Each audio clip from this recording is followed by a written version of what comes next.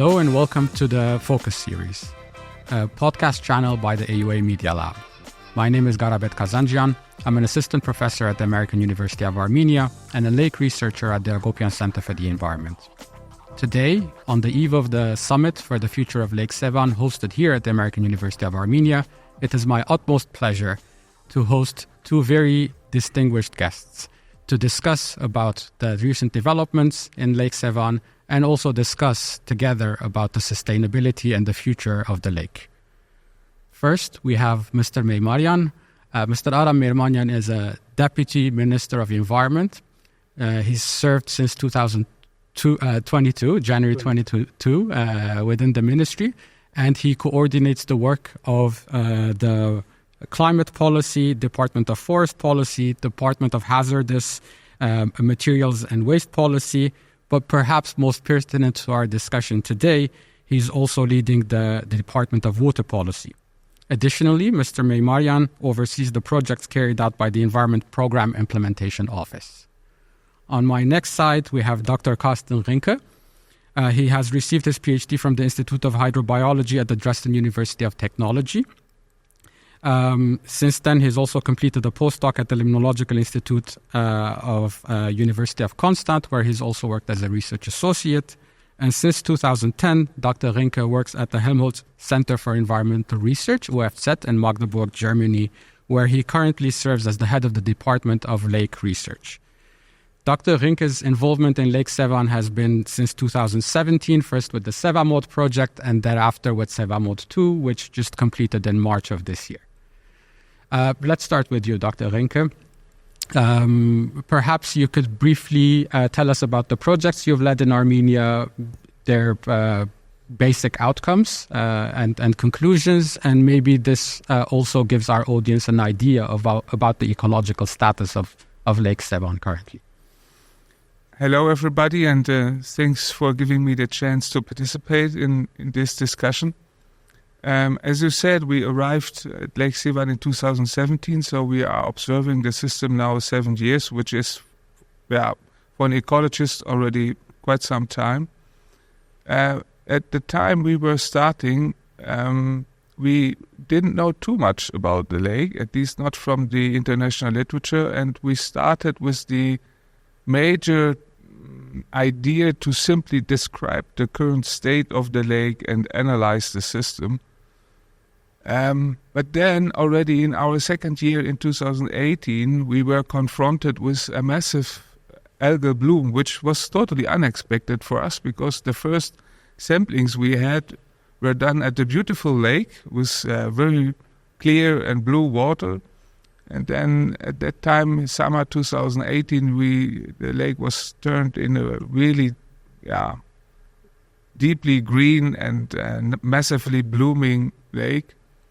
And from that year on, we observed that several times. And that, together with the data that we analyzed, made it pretty clear that the lake has very high nutrient loading. So the concentrations of phosphorus, basically, that's the most important nutrient in lakes, is very high.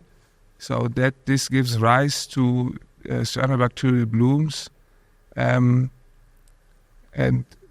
These nutrients arise from the catchment, so this is human activity in agriculture, and also wastewater management is an issue here.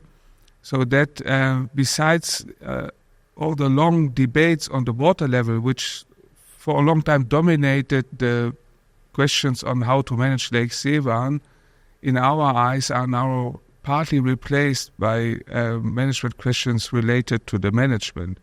And the major target are the nutrients, and the second target we have to keep in our mind is climate change, because due to the increasing temperatures, we noted that in many other lakes on the globe that the warming has, so to say, similar effects like nutrient pollution. So it's amplifying these negative effects.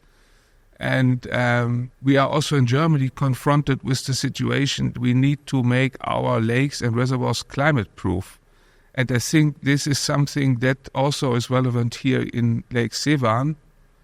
it not necessarily complicates the situation because it all goes into the same direction that we need a better nutrient management. But we have to keep in mind that we not only, so to say, have to save the lake for now. I would better say we have to make the lake climate-proof for the next 100 years. That's the task. Thank you.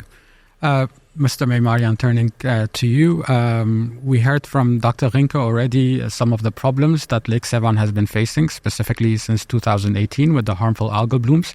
I want to ask you, what were the actions taken by the government? What were the legal steps? What were the projects implemented in Lake Sevan to mitigate some of these problems? Thank you very much for having us today here. So, a good continuation for Mr. Rinke's, what he said will be that we addressed the issues of Lake Sevan in a sense that that any decision that we should make should be based on scientific research, and on that sense we realized that in previous times we were doing monitoring only on the water quantitative level. So we are monitoring the water levels, but what was going on in the lake in sense of water qualities, we didn't have information. So with the help of Professor Rinke and Helmholtz-Center, we have established this water quality monitoring. This was a long and very hard work that professor's team and our team did, because our specialists firstly trained in Germany and were given with the right methodology how to do this monitoring of water quality. And now I'm very happy to say that 3 state institutions are now involved in this water quality monitoring. So any decision should be based on this on the data which is coming from the monitoring, on the quality monitoring and the quantity monitoring.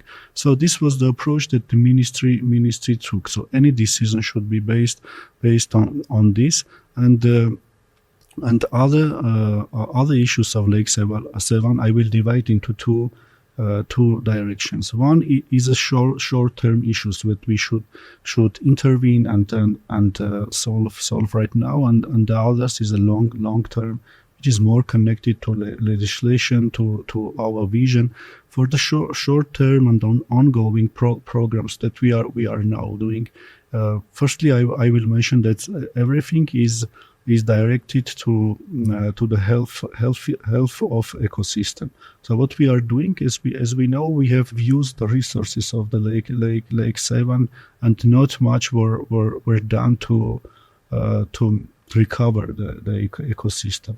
So now one of the very successful projects is the recovery of Sevan trout program, Sevan Ishkan program. As you may know, we have lost the 2 species out of 4, but 2 species survived thanks to Sevan Ishkan, Sevan trout company. Let's say it's a state-owned company where we are producing the fish and reintroducing to the lake. So last year it was reintroduced 240,000 Sevan trout to the Lake Sevan. This year we are planning to reintroduce 300 species, and it is planned to reach to 1 million species until 2026 and 2027. And a lot of work and a lot of scientific work has been done on this direction to have the right species of these two subspecies of Sevan trout. The other direction is that we have planned for rise of water levels of Lake Sevan. So we need to clean them, the surrounding areas, so the nutrients will not go to the lake, which are making problem, especially with algae bloom. So other direction is that we have fully renovated the park of Sevan National Park machineries, and now Sevan National Park is working on this cleaning issue. Another thing is resources of crayfish and whitefish of Sevan Lake. And starting from 2020, we have implemented a program for industrial fishing in Lake Sevan, and we have now cooperation with our Institute of Zoology, and we are making research on the lake, on the quantities of the resources that there we have. And it's clear that we need to have clear plan for whitefish, and we need to protect the crayfish for not overusing the resources. So our other program is that we are now working on it. Yes, overall, as a short-term solution would be this, and other solutions as a legislative solutions. We have established our Eco Patrol system, as you may know, which is responsible for 24-hour patrolling of the lake and protecting. And also the Ministry of Internal Affairs have established the Water Patrol Service on Lake Sevan, which is also a huge help for the protection of the ecosystem and also people surrounding from the surrounding communities and also the tourists which are having rest during the summer time or any other time in Lake Sevan. Another thing is that we are working on the law of Lake Sevan, and the logic behind is put that anything that should be put on the law should be very well balanced. We need very well balance between the environmental issues and the economic issues. So we need a law which will work. So the environment will benefit from the law. So logic is that, and we are working on the law within the project of EU47, which is financed by European Union and German government.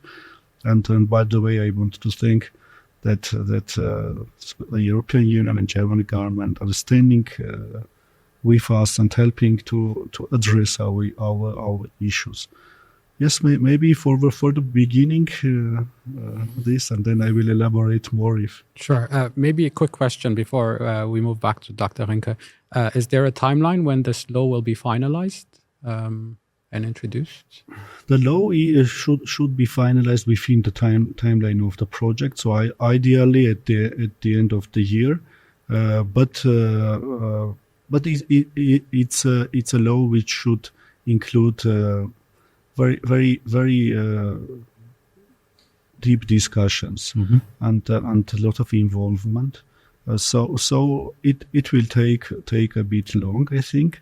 But at the end, our expectation is not based on the time, but more on the quality and involvement of the all parties. Perfect, thank you, Dr. Rinke. I turn back to you. You already briefly mentioned that perhaps our approach to Lake Sevan in the beginning was a bit different. Most of the conversation was about raising the water level, but we now see that the major driver of eutrophication and the harmful algal blooms is being driven by the nutrient loading into the lake, mainly wastewater, agriculture, and so on.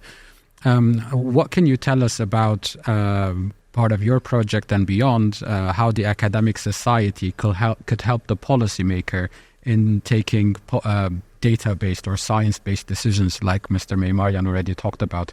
How can scientists design models or decision-making tools for them to be integrated into these laws? How can we assess how much nutrient should go into the lake? What should be, in your opinion, based on the scientific data, the utmost urgent steps to be taken now to ensure that these harmful algal blooms maybe don't continue and then, like you said, make the lake future-proof or climate-proof over the long term? Garabet, before I try to answer this tricky question, let me also reflect a little bit to what Aram was saying. When it comes to interacting with politicians, it's often not a thing that scientists are so eager to do. It's not the thrilling part of our work. But in that case, it is really different, and I'm really very enthusiastic about the interaction between the scientists and the Armenian government, because I really see a very honest engagement from the side of the government. I have worked in many other countries and often was asked for advice or to present the results, but after that, nothing really happened. And politicians are under multiple pressures because of financial restrictions and political programs and whatsoever. So it's not given that they really take up what scientists tell. But here it's really different, and we have a very honest interaction. So I really enjoy to interact, I have to say. I want to say. So how we try to help or to support decision makers is maybe by there are three steps. The first step is we need really a solid databases. So we really have to go out and collect data. That is not so easy if you work on a lake like Lake Sevan, because you need a big ship.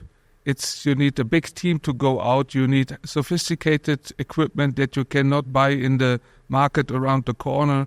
You need people that are trained to do that. So it took us 1 year to design a sampling program that really fulfills the standard. But that is now running already more than 5 years and delivers data at a level that is really competitive to other monitoring programs at the international level. You know, similar to me, the standards, and what we do in Armenia is really at a very mature level. So this is the first level. The second level is when you analyze the data, you try to understand the system. We not only want to be the observer, we also want to understand. So this is what we call the system analysis, which is about data analysis, statistics, and doing calculations and budgets. And the third level of science is, after understanding, is forecasting. So we want to give a picture of the future to the best of our knowledge, of course with uncertainties. But we want to show for example, what happens if the climate really warms up, how the lake reacts to the warming. It's more complicated than just temperature, because, for example, also the water delivered from the catchment is changing, the amount, the seasonality, because we have less snow. And these data are very relevant if we talk about how to manage a lake. Even more, if the government wants to frame it in a law, then it really has to be sophisticated. So we try to develop models that give real numbers. I mean, it's not a problem to tell the more nutrients you put in, the worse it is for the lake. That's clear. The thing is, you have to give a number. How much nutrients are allowable? What is the limit? What's the threshold? What should be a target? And what's the uncertainty with this target? Because the lake is not a machine; it's an ecosystem, and that's what we exactly try to do. So we developed and run different models about the catchment, the hydrology, the physical structure of the lake, also the ecosystem, and try to find out what is the effect of the nutrient going up or down. Can any changes in the water level help the lake? And to give you a very short insight into what came out is that the biggest screw we have is really the nutrients. If we reduce the nutrients, we come at a state where we can really stop the algal blooms. And if we do it to a level where we say reduce at least by 50%, that should also be climate-proof. Mm-hmm. That's very good to hear. Just maybe to iterate the point to our audience as well, because this is a question I receive a lot as well. Is Lake Sevan, the case of Lake Sevan, hopeless? Is the ecosystem already gone?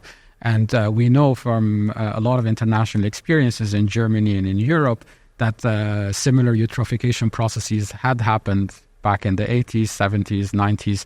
And with the right management strategies, like you said, with minimizing the nutrient loading into the lake, we've seen after 10, 15 years, depending on the size of the lakes have completely recovered. So maybe just if you can give us an example from your previous work, how that has worked and how that could be also relevant to Lake Sevan.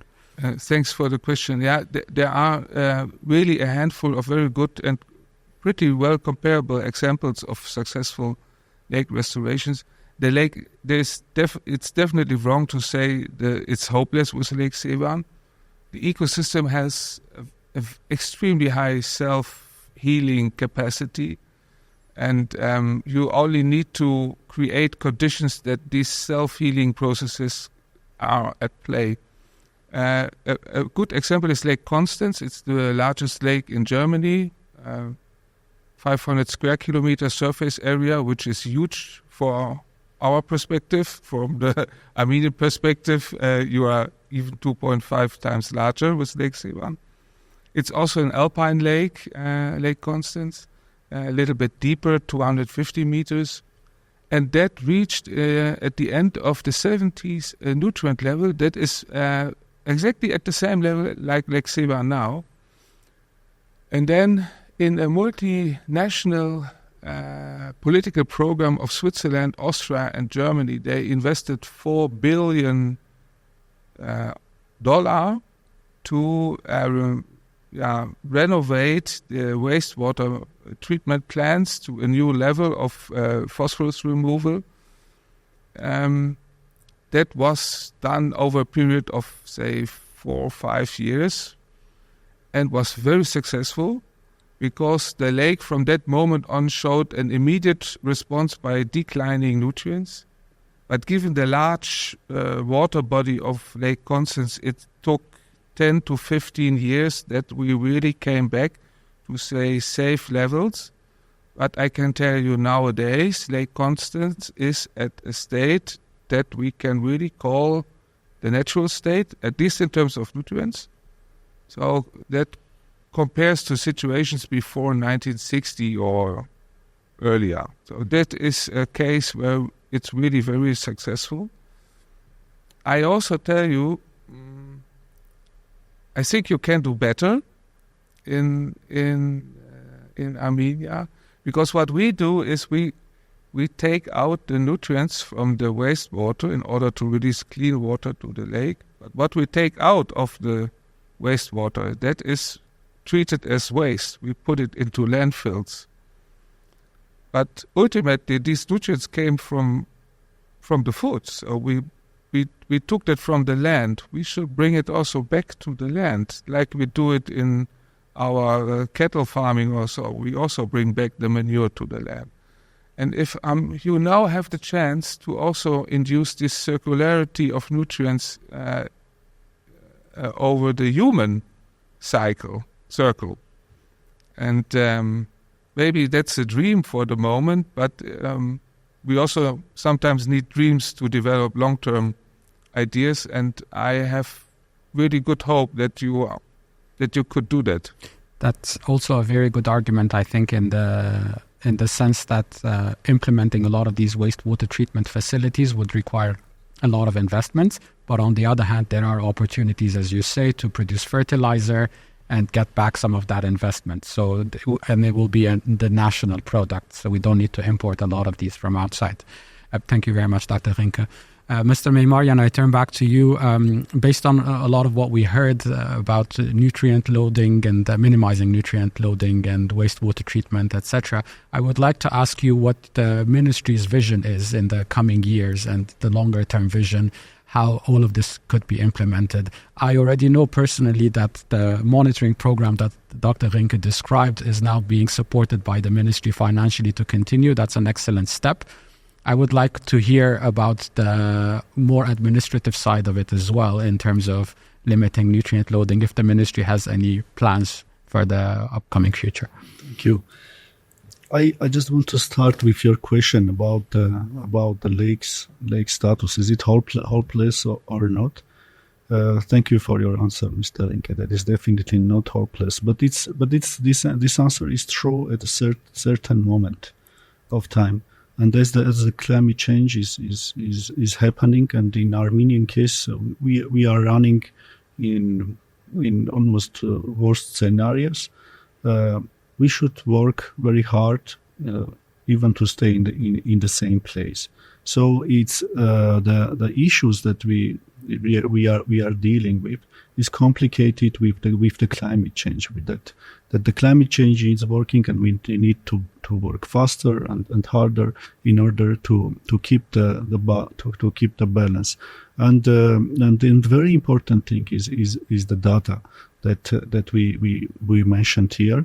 And the good thing is that we already have sufficient data to say that one of the first things that we should do is the wastewater treatment, and to tell about the opportunities. Now we have also scarcity of phosphorus, but we are wasting the phosphorus to the lake, and this is creating opportunity for the business also, where we should invite the private sector to also work with us on this, because a lot of nutrients which are going to the lake are business opportunity for the private sector. So first thing that I would mention is the data that we should keep on working on. We should keep on increasing the finance for getting more and better data. And already we are talking with Mr. Rinke what can be done, can be done the next. And the other thing is wastewater treatment combined with water levels rise. So we should find a better balance, and already we have governmental decree which where we have approved that the water level should be to 1,900 feet and a half meters. 900. 1,000. Yes, 1,900. These discussions are going on a very high level with the Prime Minister and with Deputy Prime Minister, how we should approach with holistic approach to the problem, with the wastewater treatment and with the rise of water levels. So we have a big working group where we were working on the possibilities of the rise of the water levels, taking into account the climate change scenarios, and on the other way we are working on the possibilities how we can have the wastewater treatment plants surround in the surrounding communities of Lake Sevan. So our this big two visions are which is very specific, these two. But overall, our vision is to have the healthy ecosystem with all the species present in the lake, which I have thought that we are working on. And the other one very important thing that I want to mention and is very key are our communities of Lake Sevan and civil society and private sector. We should invite all of us, let me say all of us, to the table for the discussions and for the solutions. So we are working with the communities, and there we want strong communities and sustainable communities for our citizens to. They are the first ones who see the changes on the lake, and they are the first ones who experience the worst effects when algae bloom is happening, for example. So we need educated and strong communities there to help any government to overcome the challenges and also to demand all the positive change. Yes, all positive change. And I believe that we have very good citizens there who want this change and who are working on this change. We are working with NGOs and civil society groups who are putting a lot of efforts. For example, within the program of EU for Sevan in Gavar, we have working groups who are working with the private sector and discussing and offering solutions for wastewater treatment. Mm-hmm. For example, the restaurants surrounding the lake, other businesses, and the approach is that the people from the surrounding communities are already working with their neighbors, let's say, in order to invest and to think about environmental issues, which will in return bring more sustainability for the businesses and for the communities. This is other very important aspect. Thank you very much. Yes, public participation we know is key, and also public-private partnerships are very important moving forward. Since they told me we're running out of time, very quick question, maybe in 1 or 2 sentences, you can tell me, do you foresee big challenges or obstacles or bottlenecks in fulfilling this vision that we just discussed? I believe that we are on a right path with the help of also with our international partners, with the dedication that the government has. We are on a right path. Maybe we could do better, as Mr. Rinke said. Of course, we should do more and we should do better. And the time is not letting us to be more relaxed. No, we should do better and we should do more. But my vision is that we are on the right way, that the right discussions are going on the right places, and we are working on the legislative changes, and we are involving civil society and communities and private sector to the table. And we have already good cooperation with private sector. So my understanding and vision is that we are on the right way. Just we need to keep this persistence and focus. Mm-hmm. Thank you. To close it off, Dr. Rinke, will we see you again in Armenia? And would you like to have last words to the audience? You will definitely see me back here. I like your country very much. I would also respond to what Aram said in his concluding words. I totally agree that you are on the right way. We have identified a good path into the future that agrees also in our perception among the scientists and politicians and also most of the people I talk to. I often hear as a scientist that it's so expensive to do the science for analyzing given problems. Scientists cost a lot of money. But in truth, the science part is the cheapest part. Once the problems are identified, like here now, we have to implement and have to solve. And that is far more expensive. So the plan is very ambitious, and everybody should now know that we really talk about long-term investitions in a sustainable future that are wise, but they also have a long return. So I really, really hope that you have the pace and the willingness to go along this path. At the moment, I'm very enthusiastic. Thank you. With these words, I'd like to wrap it up. Dear audience, hopefully this episode gave you a better clarity on what's happening to the lake and the upcoming steps to ensure its sustainability. I'd like to again thank our speakers today for your very valuable time, and I wish everybody a good day. Thank you. Thank you. Thanks a lot.